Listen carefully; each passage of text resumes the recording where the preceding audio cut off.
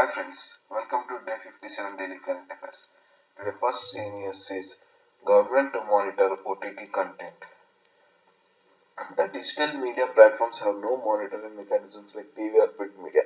There must be a level playing field. All media platforms must have the same justice system. The government welcomes criticism and right to dissent. It is important that social media users running into courts should be given a platform for raising their grievance to raise complaints about abuse of social media. For the first time, the government, under the ambit of Information Technology Guidelines and Digital Media Ethics Codes Rules 2021, has brought in detailed guidelines for digital content on both digital and over-the-top platforms while giving itself overriding powers.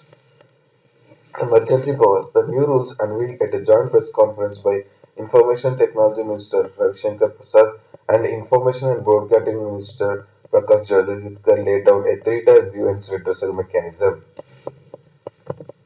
Tighter norms in place for social media. The Center on Thursday notified new stricter guidelines for social media intermediaries, making it mandatory for platforms such as WhatsApp to help identify the originator of unlawful messages. India-Pakistan agree to adhere to 2003 ceasefire. Announcement comes after discussion between DGMOs. In a first joint statement issued by the two sides in a year, India and Pakistan on Thursday said they have agreed to strict observance of all agreements, understandings, and ceasefire along the line of control and other sectors with effect from the midnight of February 24-25. The decision was announced after discussion between Director General of Military Operations of both sides over established hotline on February 22. In the interest of achieving mutual beneficial and sustainable peace along the border, the two DGMOs agreed to address each other's core issues and concerns which have propensity to disturb peace and lead to violence, the statement issued in Delhi and Islamabad said. Those who are 45 plus need certificate to get vaccine. A police woman getting vaccinated in Visakhapatnam on Thursday. Ministry to issue format for medical certificate soon. The Union Health Ministry will soon issue the format of medical certificate required by beneficiaries in the 45 plus category with comorbidities who become eligible for COVID-19 vaccination from March 1st along with those above 65 years of age.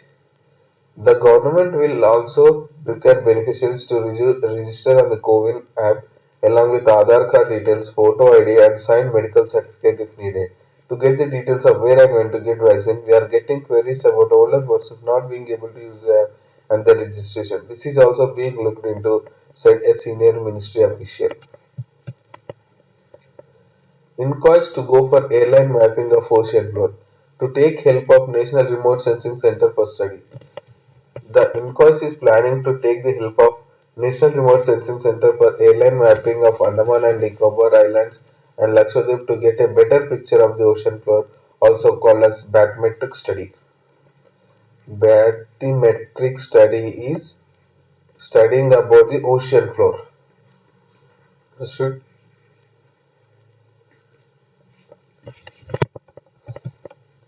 Task Force on River Linking OKs, Mahanadi and Godavari link. Panel approves preparation of final DPR for the interlinking safeguarding TSAP share.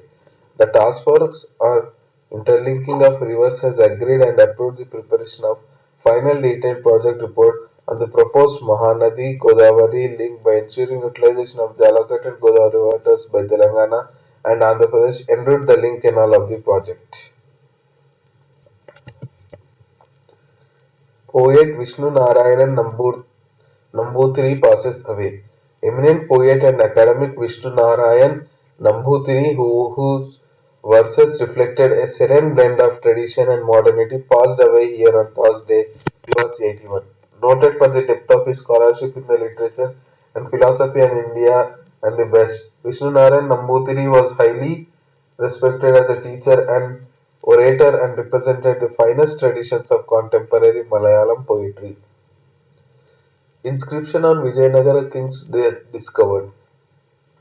The first ever epigraphical reference to the date of death of Vijayanagara king Krishnadevanaya has been discovered at Honnehalli in Tumakuru district.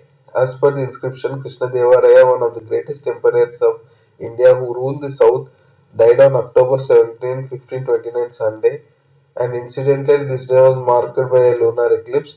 K. Muniratnam, Director, Epigraphy Branch of Archaeological Survey of India, Mysore said their office received a photograph of the inscription from K. R. Narasimhan, a retired professor who stays in Yelahanka, Bangalore. On deciphering it, turned out to be an inscription recording the date of death of Krishna-Devaraya, he added. The inscription is engraved on a slab kept on the north side of Gopalakrishna temple at Honnehali in Tumakuru district and is written in Kannada, said Professor Narasimha. Biden revokes Trump's immigrant visa ban.